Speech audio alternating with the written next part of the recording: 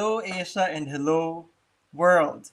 Bangladesh was consistently ranked low in global democracy and freedom indices. In Freedom House's Freedom in the World 2024 report, Bangladesh was tagged as party free, garnering 40 out of a possible 100 points measuring political rights and civil liberties. The report noted sustained harassment of the opposition and their perceived allies, critical media, and civil society. Poor due process guarantees, and human rights violations of security forces were also observed. In terms of elections, the international idea in the report said the 12th general election in 2024 was characterized by, quote, toxic politics, an opposition boycott, crackdowns on dissent, repression, voting irregularities, and widespread violence, unquote. And that also quotes, it fell short of basic level of procedural and operational integrity, genuine political competition, inclusion, voter participation, safety, credibility, and legitimacy, of quote. The deadly July and August 2024 protests in Bangladesh, which led to the ouster of Prime Minister Sheikh Hasina and ended her 15-year rule, ignited hope towards realizing the democratic aspirations of the nation post-authoritarian rule.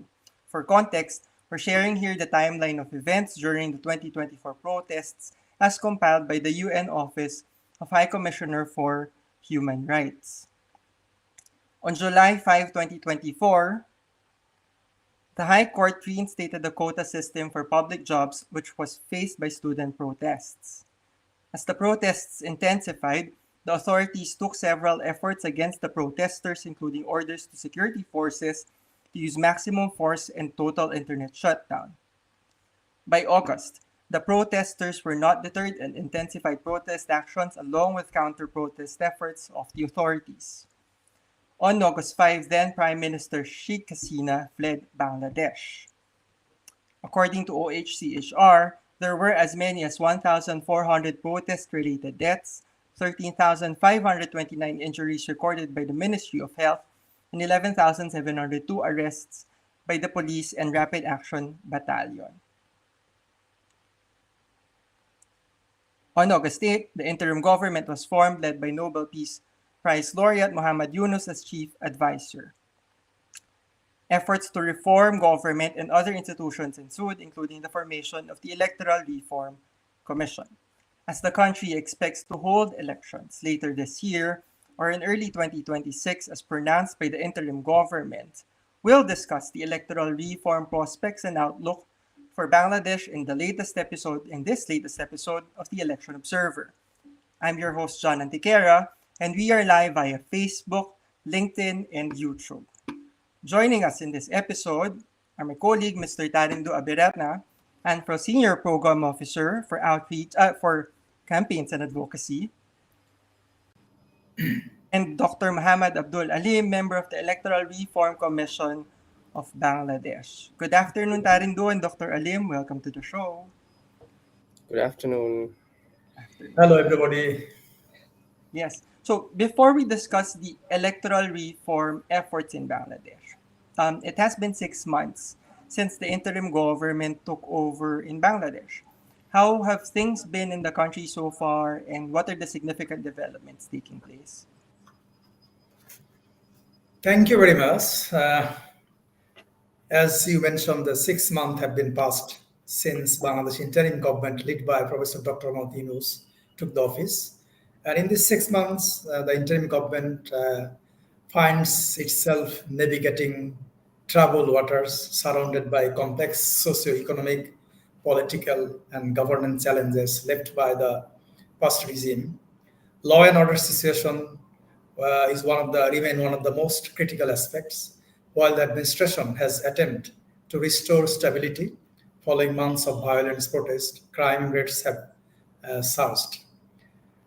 Sharp rise in political violence, robberies, and extortion has been intensified by a weakened police force recovering from the post-uprising trauma and restructuring.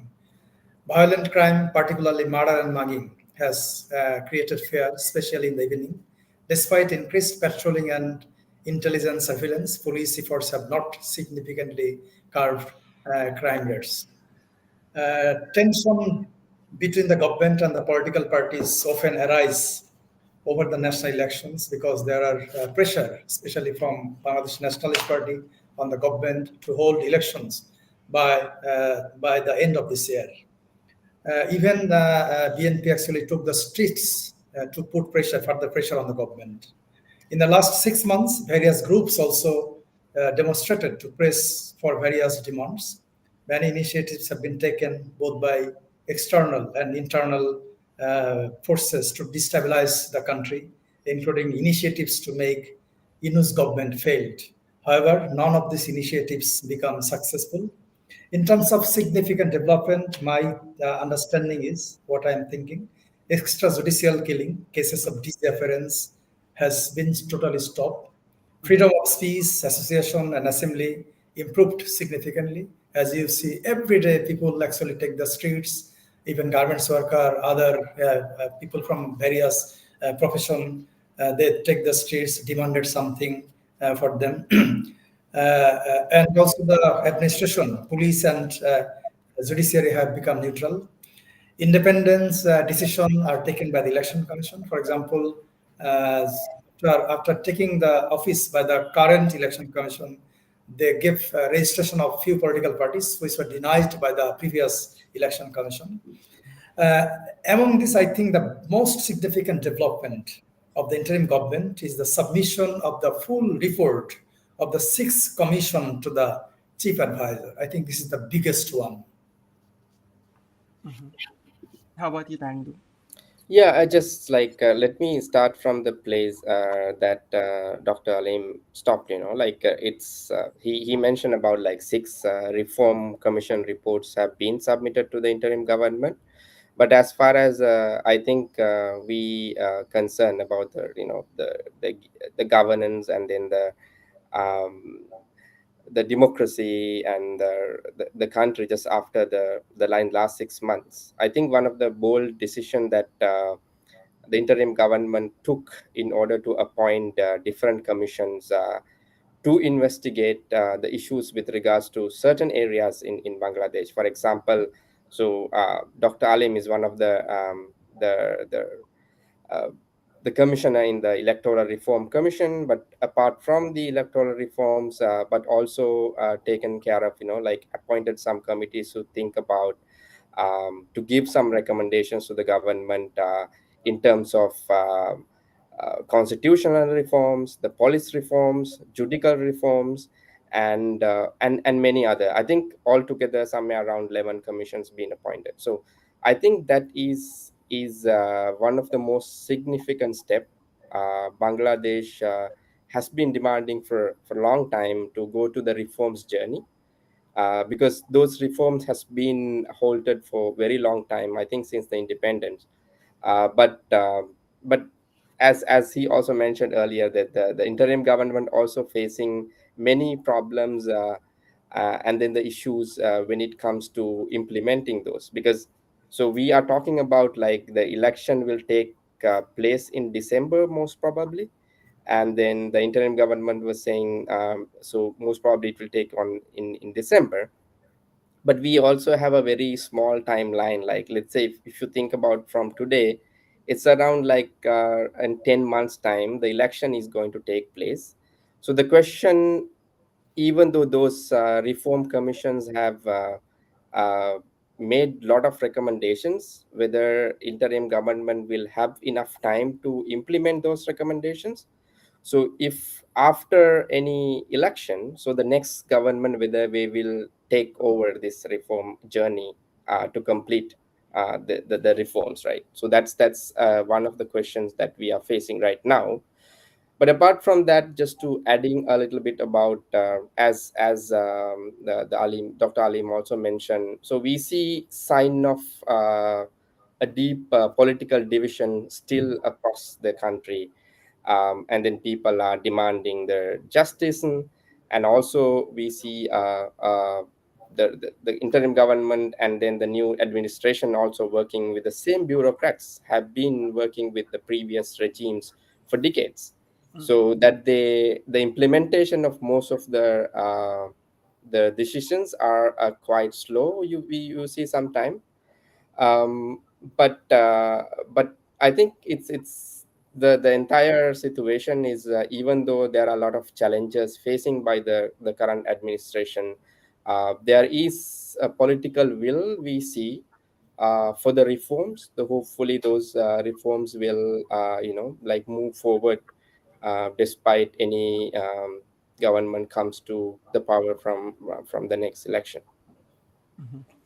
Um, just to follow up, I guess, on the question, no, you have all these developments happening in the country now. The interim government has formed reform commissions to research, to gather insights, recommendations on improving certain institutions in the country. What do you think how these developments could shape the future of the country, particularly after Sheikh Hasina has stepped down as prime minister in the country? So what is like the outlook for people now in addressing the issues and challenges left behind by the previous regime? Yes, thank you. Basically, many issues caused. If I say some background of the Sheikh Hasina government, why actually the government failed and Sheikh Hasina ousted from Bangladesh and fled to India, there are many issues. Among them, the key issues are widespread corruption in Bangladesh. If you see the various corruption report published by international agencies, organizations, then massive human rights violation, which was widely covered by many international reports, UN reports, and other reports, human rights and other things. Then controlling space of the oppositions, including filing thousands of cases against opposition leaders and activists across the country for the last 13 years. And also, controlling media. All the media sectors was controlled by the past government, and there were massive torture, widespread torture and repression on the opponents, arrest, other things. They could not stay at home, and other thing is politicization of all government and private institution. Not only the government institution, but also the private institution. These were politicized by the past government. And but out of this, I think the most and key is the farcical elections organized by Sheikh Hasina's regime in the past 15 years. If we analyze 2014 election, which is known as the election of unopposed, because in this election, 154 MPs were elected unopposed. There was no election. And 2018 elections was a staged managed one. The state, as well as other various institutions, including intelligence agencies, administration, played such a role that they conducted election. And the role of the election commission became some kind of, to provide the logistical support in organizing the elections. And the last one, which was held on January last year, 2024, is known as the election, we call it dummy elections. Although there was no unopposed election, but there were multiple candidates from the ruling parties. Some candidates were the official candidates, while some others are the independent candidates, but they were also supported by the parties. So we call it dummy elections. And election basically became something like the staging a drama in Bangladesh. And the role of the election commission was totally, role of puppet, supporting the government, and their aim was to help the government to stay in power. So in order to address these issues, as Tharindu mentioned, Bangladesh government actually has formed total 11 commissions, 11 reform commissions. And out of these, 6 commissions directly related to the structural reform of the state, governance and other related issues. And these are one commission is on judiciary, one is on election, one is on administration, police, anti-corruption, and constitution. So these 6 commissions are the key. And the objective of this 6th commission is to address the issues and challenges which were created by Sheikh Hasina. And maybe I'll actually tell further details about this in following questions. So I want to stop here. Yes. As you've mentioned, though, one of the reform commissions that was formed is the Electoral Reform Commission, of which you are a member of. No. Can you share with us, like, what is? I know you've also mentioned earlier that you have submitted the reports, the consolidated report of recommendations Right. of the Electoral Reform Commission. So, can you share with us, like, what are the concerns and challenges related to the elections that the Electoral Reform Commission has identified and seek to address and recommends the interim government to look into before the next election? Right. Thank you. You also mentioned the Electoral Reform Commission submitted its full report to the interim government. This is basically a 430-page report, along with annexure, which covers all the issues, shortcomings, and challenges of Bangladesh election. And our focus is to institutionalize electoral process in Bangladesh. As the previous government organized first cycle elections, so we actually we cover all the issues from A to Z of the electoral process. For example, formation of the election commission, how the election commission should be formed. We not only advised them, we actually drafted a legal framework on the appointment of election commissioner.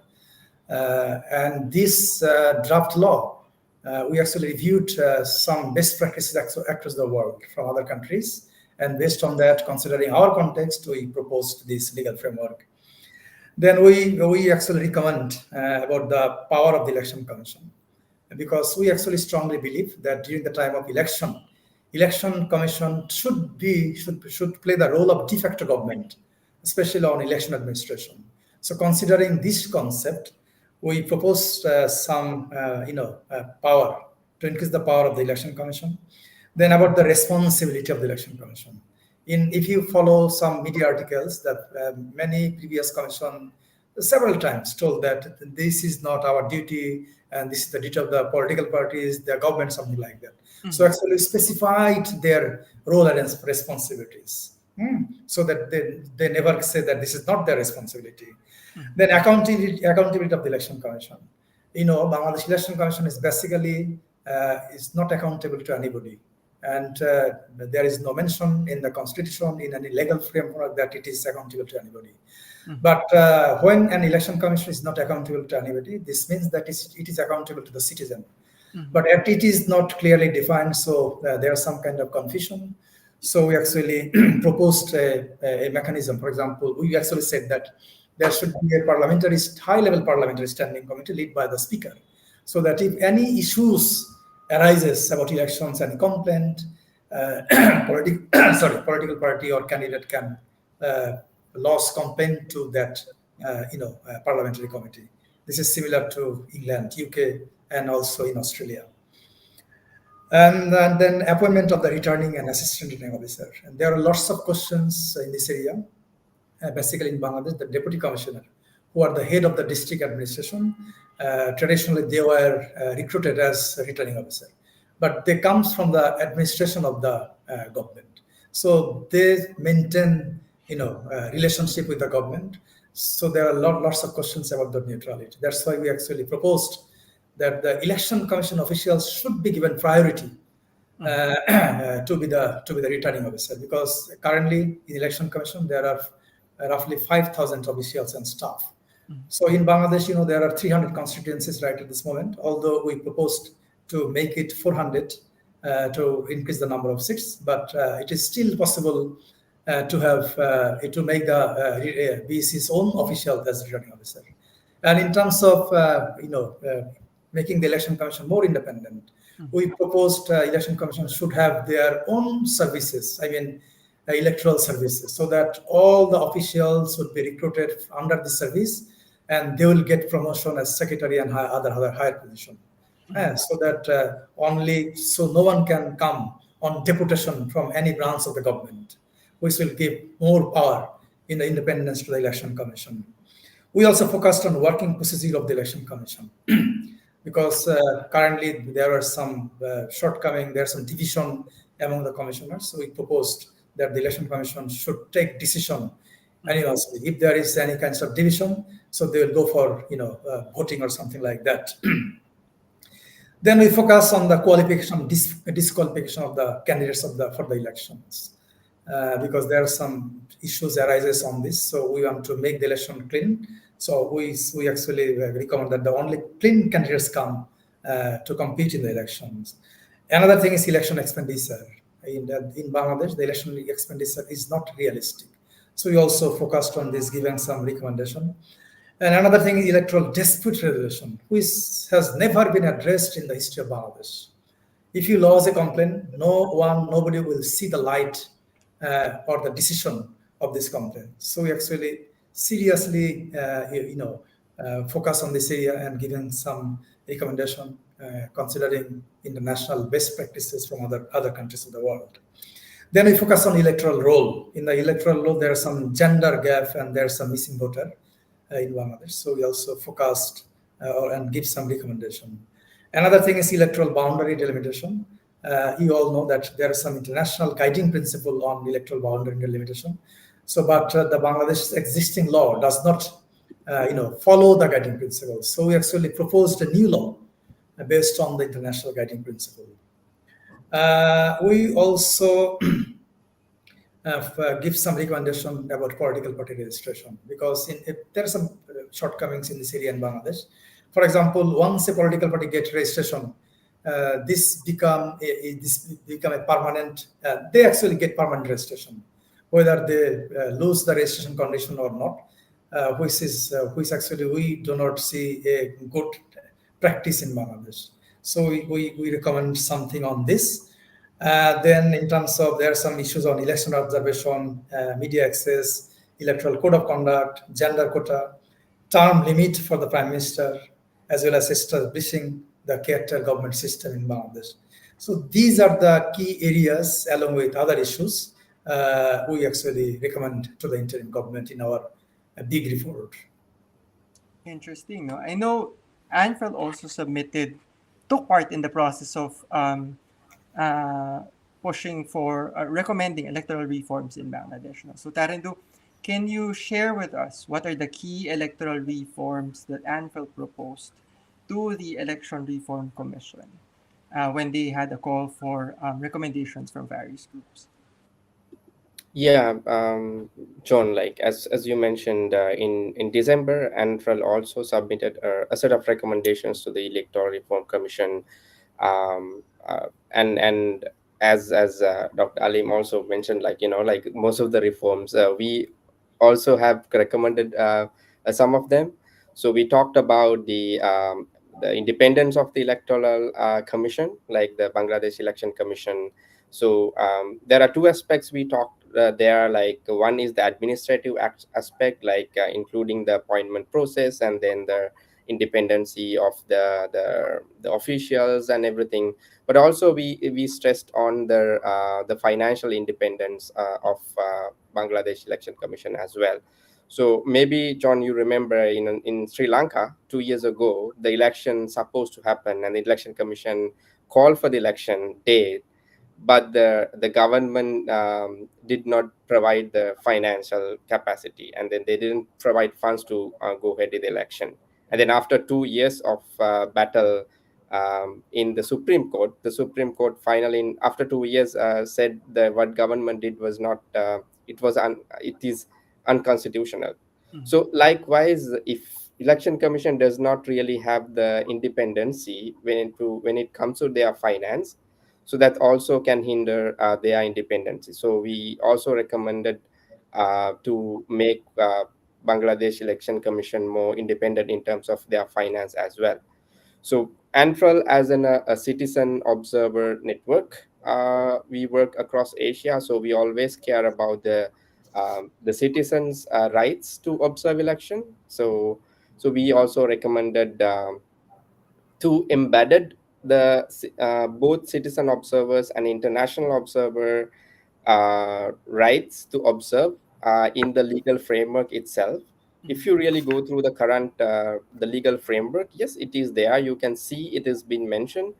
But the issue is there's no proper procedures in place how to recognize the observer groups, and also what is the exact process for those observer groups have to go through when it comes to the accreditation process. So we recommended to make it more transparent, and also to set up more internal process even in the election uh, commission through bylaws, and then the other procedures to make sure that the correct procedures in place when it comes to accreditation of local observer groups, we call them as citizen observer groups, and also the international observers. We also have made some recommendations in terms of alternative voter mechanisms. We see, like whether it is advanced voting or overseas voting. One thing we recognize when we really thoroughly look at the current legal framework in Bangladesh. So there are some alternative voting mechanisms, some advanced voting for some of the, for example, election officials, and also the overseas voting is in place. But one of the biggest issue, there is no proper education, and then the process in place when it comes to activating those provisions in the legal framework.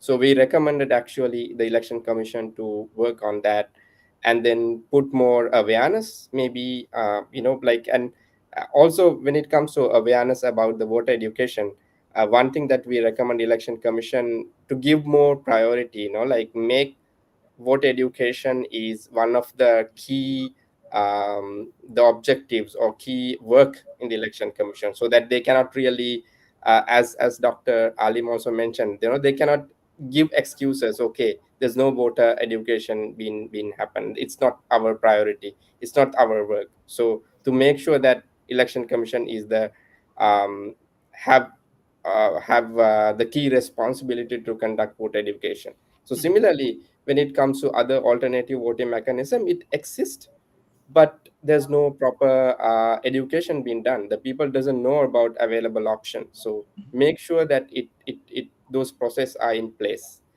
and and also about we also made some recommendations about the political participation of women PWDs, and then how to make it more inclusive, the election process, including some of the recommendations to increase the participation of the women.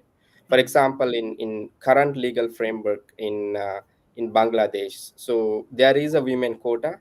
So there are like 50 seats allocated out of 350 for women, but that comes as a party list, as a proportion to the each party gets. So where we see when it comes to those women party, like the list, the priority has been given to the people who have more connections with the political parties. The political parties have more authority when it comes to appointing those and making the list.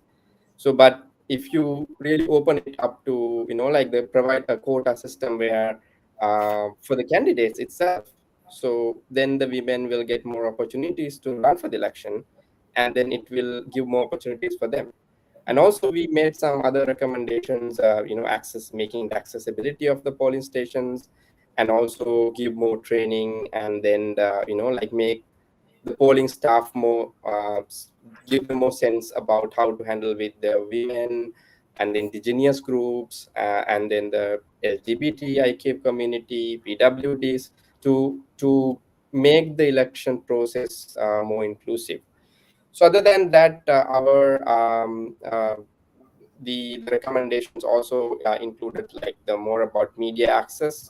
So we know for last few years, like last decade, the election, the media freedom is not much we people enjoyed in Bangladesh, and then access to information also very curtailed. So to to the election commission, and also for the interim government, to make sure that more media freedom and then access to information is there during the election, so the people can make more informed decision.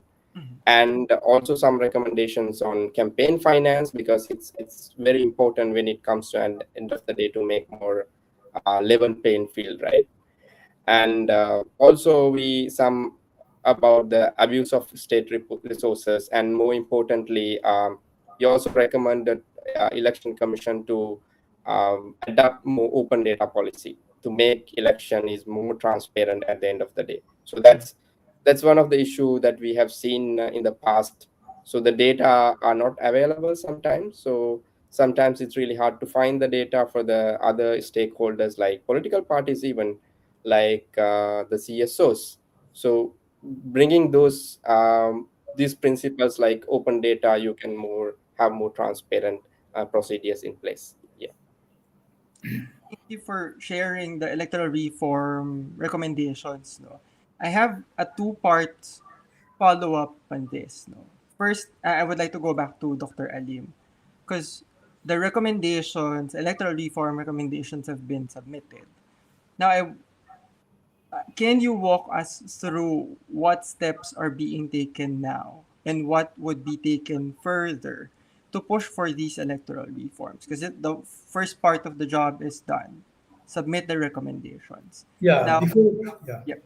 Before going to this question, answering this question, as Tharindu mentioned, we actually also focused on the security of the poll worker.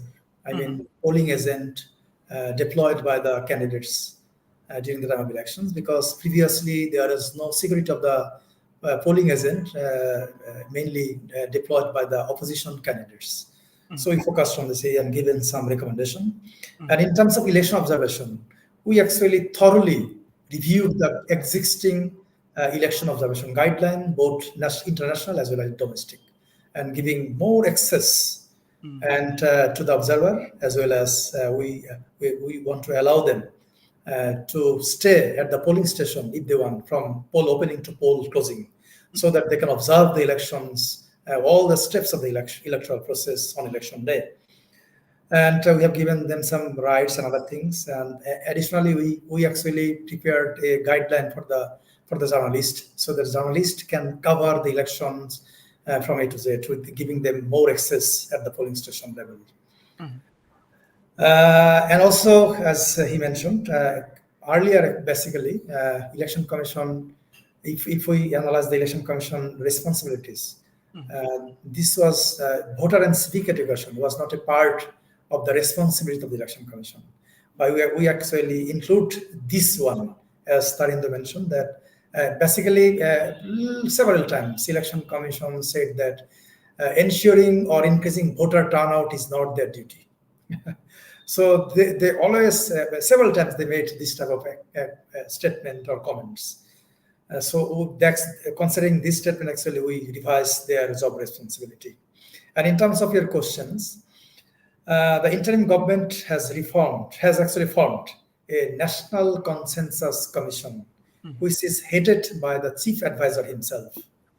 And chiefs of the 6 key reform commission are the members of this newly formed commission. The objective of this new commission is to prepare a national charter based on the consensus of the political parties.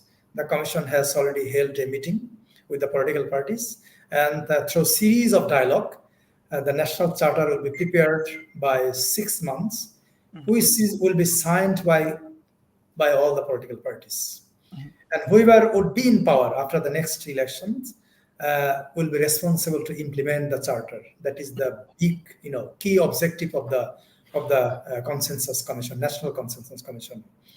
And we, the Electoral Reform Commission, also prepared a roadmap for implementation of the recommendation. This actually we have not published.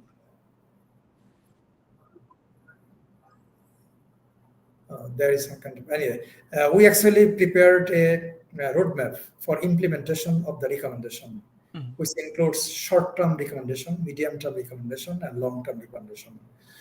We have also identified that how this recommendation could be implemented by the interim government as well as by the election commission. And because there are some recommendations which could be implemented through the promulgation of ordinance, because in Bangladesh currently there is no parliament. So when there is no parliament, there is a provision in Bangladesh, I think in many other countries of the world, that for example, we prepared a legal framework on the boundary delimitation, or we revised the representation of the people order, the key electoral legal framework. We revised it. So all this revision can be issued as ordinance, so it would not be a problem. But for some issues, we need the approval in the parliament. So this would be basically the long-term recommendation, because there's no parliament now. When the parliament will be there, then they will consider all this recommendation for implementation. And also the national charter is expected to have a similar roadmap of what we actually proposed. Because this roadmap will focus on the recommendation of the 6 commissions, the 6 key commissions. But all the recommendation will not be implemented before the elections. As I mentioned, there are some short-term recommendations. So we believe that this short-term recommendation, which we believe these are required before the elections, this will be implemented before the 13th parliamentary election, which is expected to be held in next December. Okay, so the second part of the question is, as you've mentioned, the government has said that they are preparing to hold elections in December of this year. It's less than a year before that election. So Right. time is an important aspect, an important factor in pushing for electoral reform. So the second part of my question is for the both of you, which electoral reform recommendations should be prioritized at this moment before the next election comes? Because you have very limited time to push for the reforms, and to actually prepare for the election itself. So in terms of prioritizing, which recommendation should be prioritized Right. before? I think building trust on the electoral process is the key, because this has been totally destroyed in the last 15 years, totally destroyed. And people did not go to the polling station because there's no trust on the electoral process. And election was a drama, as I mentioned in my answering one of the questions. So, and building trust, building trust is not a one-off event. This can be achieved through activities, decision making, their statement, message to the people, to the voters. So these are the key. But I actually think that election commission should start with the updating of electoral roll, the voter list, which actually they have started already. As I mentioned, there are some gaps with the electoral roll and the electoral boundary delimitation, because there are lots of questions about gerrymandering with electoral boundary delimitation in Bangladesh. And the important thing is, the good thing is basically we have prepared a legal framework on the electoral boundary delimitation. So it can be easily passed as an ordinance, issues as an ordinance. Other thing is political party registration. This is also important in the current context. I'm sorry. Very important, because there are some new political parties who want to get registration who denied in the past resign. So they should be given scope to be registered. Then other important step would be the selection of the polling stations, because in Bangladesh there are many polling stations which were basically school and colleges which were established by political leaders. As these were established or established by the political leaders, there are some kind of political affiliation, and there is some guideline to select the polling station in Bangladesh, which were denied in the last regime. So the election commission should need to revise this. And appointment of the returning officer, as I mentioned in my earlier, that election commission should focus to appoint the election commission from its own capacity. So I think these are the key issues, and also election observation guideline. We actually, as I mentioned, we revised both the international and domestic observation guideline. considering the gen name non-partisan, I've forgotten the total name, complete name, but there is a guiding principle. So based on that, as well as your recommendation, we also consider your recommendations. So we revised both the guidelines. So this should be accepted. And my understanding, the Election Commission will prepare an electoral roadmap soon to complete all these activities before December and before announcement of the election schedule. And also, Election Commission may consider the media guidelines we proposed. We proposed to the Election Commission. And two other things actually proposed that Election Commission should have a transparency guideline. How actually they take decision to ensure their accountability, transparency of the electoral process, decision making, and other thing to all the electoral stakeholder. So we actually proposed something, and so far I know they have accepted this. Unofficially, I have come to know. And also, we prepared a code of conduct for the election commissioners, because there are a code of conduct for the political parties, there are a code of conduct for the candidates. But in Bangladesh, there is no code of conduct for the election commissioners. So we also proposed a set of course for them. So I believe these are the key steps, priorities before the next parliament elections. How about you, Tharindu? Yeah, so I think as Dr. Alin mentioned, like the building trust is going to be a long process now.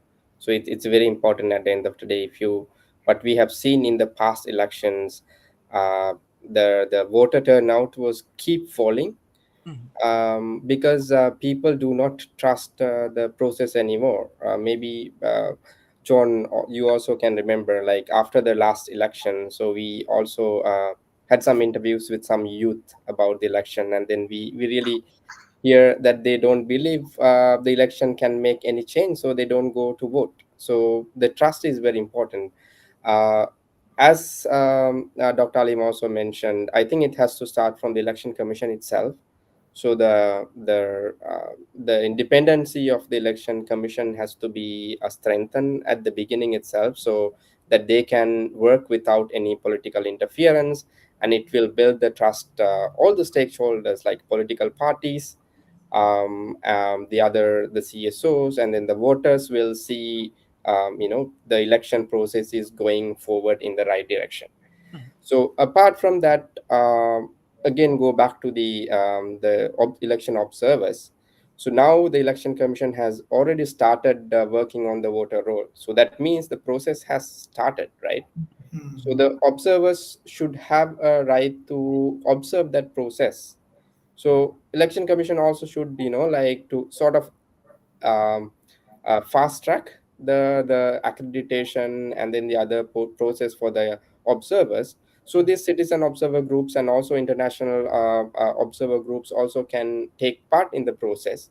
So at the end of the day, we know like it's always comes to the integrity of the poll when it comes to the observers. So there are more eyes on the ground to see the process, and then and also to give some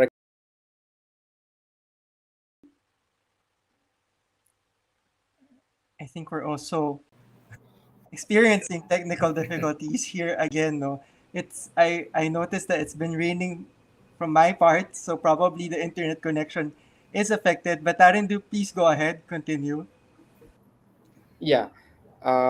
Yes, these internet issues and then the technical issues are always there. But yeah, I was talking about the voter education part. The voter education is it's very important because the people were not really going to the poll to polling stations to vote for a quite long time. Like as I said, the voter turnout was falling every election for last three rounds.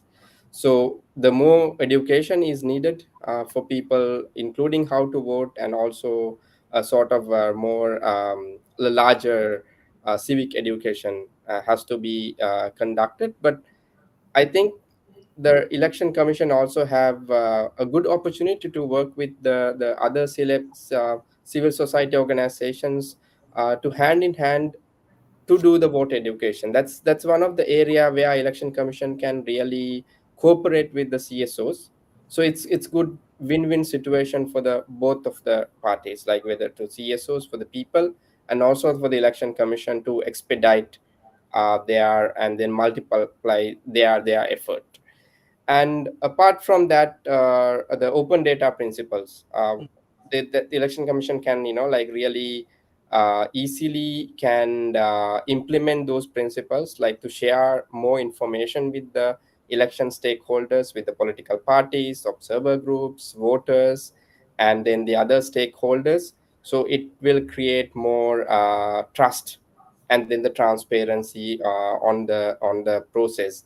And most of these the reforms or most of these things can be done without changing any of um, the legal framework.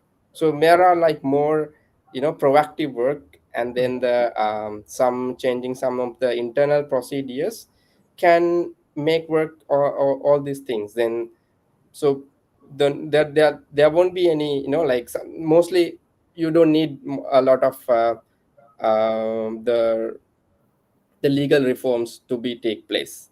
So I think those are some of the basic things that at the beginning election commission and can do in order to make sure the process is more transparent, and also to build the trust within the people. Thank you for that. Before we proceed to my final question, I just read a message from the stream though, because Dr. Alim, you mentioned earlier that about the report. I know it's a 430 report, but someone was also asking if the report would be available in English, and if so, I guess from the part of ANFREL, can we also request a copy of it? Thank you. Basically, the report has been submitted in Bangla version, but we have the summary, which is in English. So I can share the English version with you, the summary English version, so that you can share with the stakeholder across the world. Mhm. Okay, and then just another question, no? Because we also received another question through the stream. It says, will all parties be able to participate in the elections? I know you've partly mentioned this already earlier, but he or she said, the reform report recommends prohibiting individuals on certain basis, but what about parties? Would all the political parties be able to participate in the election? We actually, even in our recommendation, we actually recommended to make the election inclusive.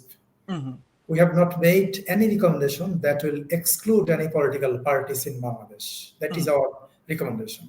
Okay, that's good. Thank you for the clarification. Now, for my final question. If you've seen the show last time, there won't be any singing this time. But I've asked you earlier when we sent the invite to everyone, what emoji would represent your hopes for Bangladesh? But this time we'll be using a different tool.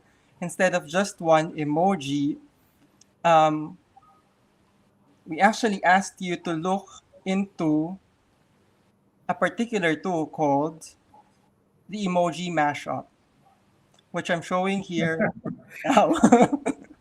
So the question is, if there are two emojis that you can mash up, what are those emojis and why do they represent your hope for Bangladesh? Who would like to start?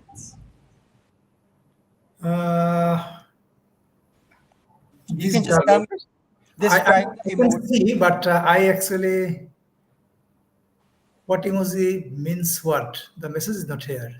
It's like these icons on the yellow icons on the screen. Yeah, I see the icon, but what does each of the icons means? Oh, So, yeah, it's a that is lot of icons. So you have happy emojis, you have sad emojis. right. Yes, various emojis. I can start actually. I was thinking of the thinking emoji, and then the other one is the one with the glasses. This one. Because as election observers, of course, we have to be Okay, very so this is critical in this observing. observation. So for me, it's these two emojis. because as election observers, of course, we look into the processes, we look into various different aspects of the election when observing elections, and then we also, of course, Okay. are analytical in terms of our observation of elections. So these two emojis would represent my hopes for Bangladesh, and that we continue to be uh, observant and critical of certain processes that would help improve the democracy in the country. How about Right. you? Which emojis Mm. would you Okay. choose? Let me go next then. I Yes, think I Tharindu. have something in my mind. So I'll keep the first one, the Okay, thinking emoji. I will replace the second one with uh, the second line, the second one from left. Yes. this one. Yes. Okay, so it's the thinking emoji and the googly with heart eyes emoji. I don't know how to describe Yes. that. Why this one? Is there any Yeah. emoji related to changes, reform, something like that? We'll try, but Tarindu, can you explain this one first? Yeah, the thinking emoji is like we are, like in a critical point where, so we are thinking what's going to happen next. So Mhm, there is do you like a sort of, maybe you don't know what will happen next. So that's the thinking. And then the second one with the heart one, so it's about, of course, even though you have, some uncertainty in your back in your mind, mhm. you hope for the best, you would like to happen the best, in the future. So it combines my thoughts. That's good. Dr. Alim, can I suggest a No, star, yeah, a yeah. sun emoji? I actually keep. I want to keep first one, but I'm actually The sun. looking for something that actually, keep message about the reform changes in electoral process systems in Bangladesh. So I don't know which one actually will be the ideal one in terms of reform changes. I would suggest like the sun because it Okay, rises that's every yeah, day. yeah. I think this is perfect. Perfect. Can you explain to us why at least the first emoji? Why did Oh, the explanation is, as I mentioned in my answering your questions, that the one of the objectives of the Reform Commission is to institutionalize the electoral process in Bangladesh. mm-hmm, If you see the history of election in Bangladesh, the elections which were conducted under caretaker government mm-hmm, were termed as mostly free and fair. But mm-hmm, all the elections which are conducted under political government, mm-hmm, these are not accepted or farcical or not free and fair, not credible. So as our focus is, that Bangladesh will never have such kind of elections. I mean, never have farcical elections. mm-hmm. So Bangladesh will have, will see the light of hope through this Oh, reform. That's why actually I suggest this. that's so good. Thank you so much again, Tarindu and Dr. Alim, for joining us today. It's been a very interesting afternoon talking to you about electoral reform agenda in Bangladesh. Um, we hope that you join us again the next time we invite you. I would have to take you off the streams to close the show, but again, thank you so much for joining us this afternoon. Thank you. Thanks. Bye. And uh show on stream, hide. I'm sorry for that. No, I think I'm also the technical person, so I had to go through that. But thank you. I would like to thank Tarindo, of course, and Dr. Alim for joining us again today. And that has been the Election Observer episode on the electoral reform prospects and outlook in Bangladesh. We'd like to give a shout out to those who tuned in last week and continue to support the show. Join us again next time for new episodes of the Election Observer. Before I my last line, now get the latest news and updates about ANFREL programs and activities via our Facebook, X, LinkedIn, and TikTok pages. You can also subscribe to our YouTube and WhatsApp channel. There are a lot of venues where you can get news about ANFREL. So please subscribe, like, and subscribe our social media pages. Again, I'm your host, John Antiquera. Thank you for joining us. Have a great day, everyone. Bye.